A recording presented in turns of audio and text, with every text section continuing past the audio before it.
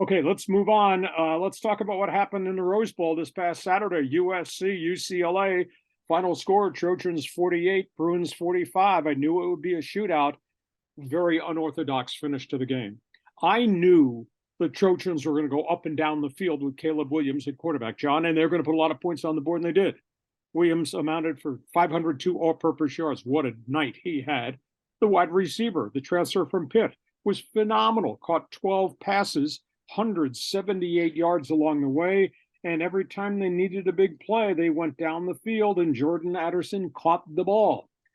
What was unorthodox about it was USC's defense has really been poor all year.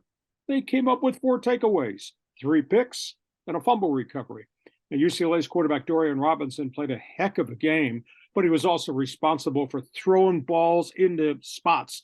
He probably was forcing it, and that's why they came up with the 3 interceptions. Big win USC. That puts them in the championship game against Oregon. But I'll tell you what's tough about the equation right now, John. USC plays Notre Dame this weekend, and I think the Trojans should win. But then they got to play Oregon the following weekend in the championship game before they get consideration for the college football playoffs. So they got tough games in front of them where some of the other guys don't. And I will say this about LSU. They got to go play Georgia. And I know in the Deep South, everybody says, oh, LSU is deserves this. No, they're not. They're going to probably get punched in the mouth by Georgia's defense. So suddenly, if LSU has 3 losses and USC loses a game before they get to the championship finals, who's going to fall out of the playoff race and who climbs in? But Southern Cal, UCLA, it was great. Yeah, love having relevant games here in Southern California. TCU just barely hung on to win that game. So, great college football season. This is really coming down to the crunch time here, and I'm excited.